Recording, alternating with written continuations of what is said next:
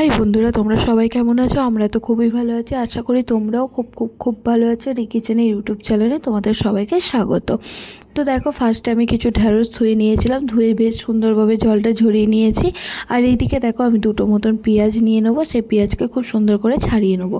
তো আজকের একটা রান্না করছি, খুবই সিম্পল একটা রান্না। প্রতিদিনই তো তোমাদেরকে দেখাই চিকেনের রান্না, মাটনের রান্না বা কোনো কাতলা মাছ, রুই মাছ, সমস্ত মাছের রান্না তোমাদের সাথে প্রায়ই শেয়ার করা হয়ে গেছে।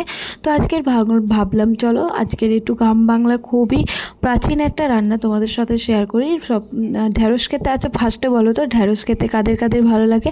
আমার তো খুবই ভালো লাগে। তো চলো গল্প করতে করতে এইদিকে দেখো পেঁয়াজগুলো সব কাটা হয়ে গেছে। এখানে আমি দুটো মতন পেঁয়াজ নিয়েছিলাম, পেঁয়াজগুলোকে খুব সুন্দর স্লাইস করে কেটে নিয়েছি। আর এইদিকে দেখো, ফার্স্টেই আমি ঢ্যাঁড়সগুলো ধুয়ে নিয়েছিলাম, কারণ সবাই তো জানো ঢ্যাঁড়স কেটে ধুলে একটা হরহরে ভাব থাকে। তো আমি ওই জন্য আগে থেকেই ধুয়ে নিয়েছিলাম, ধুয়ে একদম জলটা ঝরিয়ে নিয়েছি। তো এখানে আমি বেশ কিছুটা ঢ্যাঁড়স নিয়েছিলাম। আজকে রান্না করছি হচ্ছে ভেন্ডি দিয়ে আলু দিয়ে একটা তরকারি। তো কী রকমভাবে করছি, কি কি উপকরণ দিচ্ছি, কতক্ষণ সময় নিয়ে রান্না করছি, সবই আজ তোমাদের সাথে শেয়ার করছি। তবে আস্তে আস্তেই শেয়ার করছি। এই রান্নাটা খুবই সোজা, খুবই অল্প সময়ের মধ্যে রান্নাটা হয়ে যায়, কিন্তু খেতে হয় দুর্দান্ত, জাস্ট অসাধারণ। তো দেখো, এখানে আমি দুটো মতন আলু নিয়েছিলাম, আলুগুলোকে খুব সুন্দর করে ছাড়িয়ে নিয়েছিলাম। তার সাথে দেখো কি সুন্দর সুন্দর আমি একদম সরু সরু করে স্লাইস করে নিয়েছিলাম। তো এই রান্নাটা এইরকমভাবেই আমি আলুগুলোকে স্লাইস করেছিলাম, যাতে দেখতে আর খেতে খুবই ভালো লাগে। তো তোমরা বলো তো আমার রান্নাগুলো তোমাদের কেমন লাগছে? যদি ভালো লাগে অবশ্যই কিন্তু সাবস্ক্রাইব, লাইক, কমেন্ট করে আমার পাশে থেকো। তো এইভাবে আমি সমস্ত আলুগুলোকে কেটে নেবো। এখানে আমি দুটো মতন আলু নিয়েছিলাম, যেমন দুটো পেঁয়াজ নিয়েছিলাম ঠিক তেমনই দুটো আলু নিয়েছিলাম। তো দেখো আলুগুলোকে প্রায় কাটা হয়ে গেছে। আমি একই সাইজের আলুগুলোকে কেটেছিলাম একদম সুন্দরভাবে ছোট সরু সরু করে। তো দেখো আলুগুলো কাটা হয়ে গেছে, এবার বাটিতে আমি আলুগুলো তুলে নিচ্ছি। তো আমার যেগুলো কাটাকুটি ছিল তো আমার সব করা হয়ে গেছে। এবারে চলো রান্নাটা বসিয়ে দিই। তো আলুগুলো আমি আগে থেকেই ধুয়ে রেখেছিলাম, তো আর নতুন করে ধোয়ার কোনো দরকার নেই। সমস্ত উপকরণ নেওয়া হয়ে গেছে, এবার রান্নাটা চাপিয়ে দিলেই হয়ে যাবে। তো চলো গ্যাসটা ফার্স্টে জ্বালিয়ে নিই। তো গ্যাস জ্বালানো হয়ে গেছে, এবার কড়াটাও বসিয়ে নিলাম।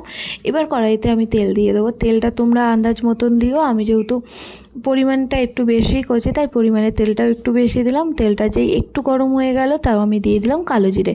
এবার কালো জিরেটা একটু হালকা গরম হয়ে যাবে। কালো জিরের মধ্যে থেকে একটা যে সুন্দর ফ্লেভারটা আসে সেটা চলে আসার পরে আমি যে কুচানো একদম স্লাইস করে পেঁয়াজগুলো কেটেছিলাম, তো সেই পেঁয়াজগুলোকে দিয়ে দিলাম।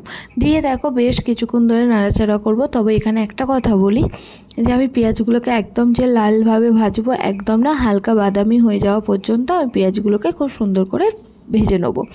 তো এখানে এই একটাই কাজ আছে, পেঁয়াজগুলোকে একটু হালকা করে 3 থেকে 4 মিনিট মতন ভেজে নেওয়ার পরে আরও কিছু উপকরণ দেবো। তো সেইগুলো তোমাদের সাথে আস্তে আস্তে শেয়ার করছি।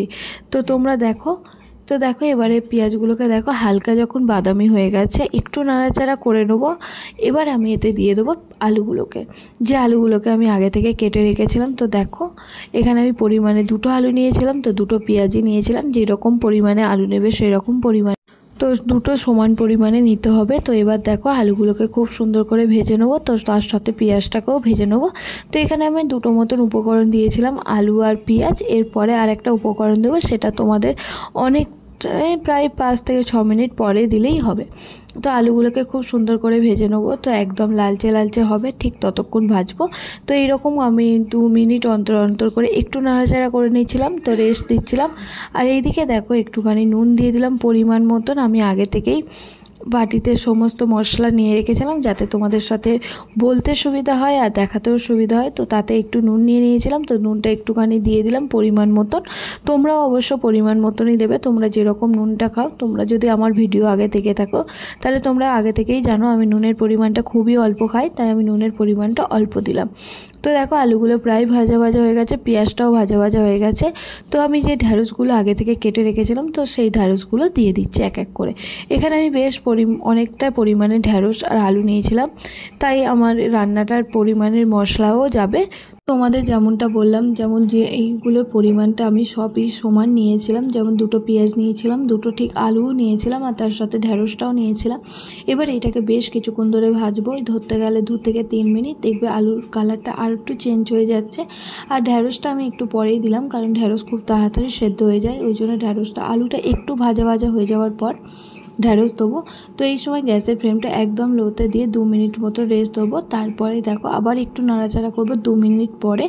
এইভাবে বেশ কিছুক্ষণ ধরে প্রায় 10 মিনিট মতন এরকমভাবে নাড়াচাড়া করবো যাতে আলু আর ঢ্যাঁড়সটা খুব সুন্দর করে ভাজা হয়ে যায়। তো দেখো খুব সুন্দর করে ভাজা হয়ে গেছে। তো আমি মশলা কিছুটা নিয়ে রেখেছিলাম, ওই দেখো চা চামচের 1 চামচের মতন ধনে গুঁড়ো, জিরে গুঁড়ো, তার সাথে নিয়েছিলাম হলুদ গুঁড়ো, আর তার সাথে নিয়েছিলাম শুকনো লঙ্কা গুঁড়ো। তবে শুকনো লঙ্কার পরিমাণটা আমি একটু কম দিয়েছিলাম, তো এখন থেকে চেষ্টা করছি ঝালটা একটু কম খাওয়ার, তাই পরিমাণটা কমই দিয়েছিলাম। তো তোমরা যেরকম বা পরিমাপের আলু নেবে, ঢ্যাঁড়স নেবে, পেঁয়াজ নেবে, ঠিক সেই রকম পরিমাপে তোমরা মশলাগুলো নিয়ে নিও।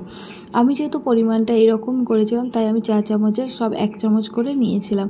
এবার দেখো বেশ কিছুক্ষণ ধরে কষিয়ে নেবো। ধরো ওই 1 মিনিটের মতন ভালো করে কষানোর পরে একটু রেস্ট দেবো 2 মিনিটের মতন। এরপরেই আমি এতে দিয়ে দেবো জল। তো জল দেওয়ার পরে আর বেশি কিছু ব্যাপার থাকবে না, আর বেশি কিছু কুকও করতে হবে না। এখানে আলুটা প্রায় 80% সেদ্ধ হয়ে গেছে, তবে ঢ্যাঁড়সটা একটু সেদ্ধ হতে বাকি আছে। তো জল দিয়ে একটু নাড়াচাড়া করে এটাকে বেশ কিছুক্ষণ ওই ধরো 5 থেকে 6 মিনিট ফোটাবো। তো এই দেখো খুব সুন্দর করে হয়ে গেছে। এবার দেখো আমি জলের পরিমাণটা ওই অল্পই দিয়েছি, বেশি দিইনি, একদম গামাকা করতে চাইছি। তো দেখো বেশ কিছুক্ষণ ধরে সেদ্ধ হয়ে যাওয়ার পর একটু জাস্ট নাড়াচাড়া করে নিয়ে আবার এটাকে সেদ্ধ হতে দেব। ওই বললাম না 2 থেকে 5 থেকে 6 মিনিট, তো ধরতে গেলে ওই 7 থেকে 8 মিনিটের মতন মোট করলেই এটা সেদ্ধ হয়ে যাবে। যেহেতু দেখো আলুটা প্রায় অনেকটা সেদ্ধ হয়ে গেছে, প্রায় 90% সেদ্ধ হয়ে গেছে, আর একটু সেদ্ধ হবে। তো আমার রান্নাটা প্রায় হয়ে গেছে। তো দেখো আমার রান্নাটা হয়ে গেছে। তো ঠিক এই রকম দেখতে লাগবে। আর দেখো কি সুন্দর একটা কালার চলে এসেছে না? আর দেখো একদম গামাকা, একদম ভাতের সাথে এত সুন্দর টেস্ট লাগবে। তোমরা একবার বাড়িতে ট্রাই করে দেখতেই পারো। আশা করি তোমাদের ভালো লাগবে। যদি ভালো লাগে অবশ্যই লাইক করে পাশে থেকো।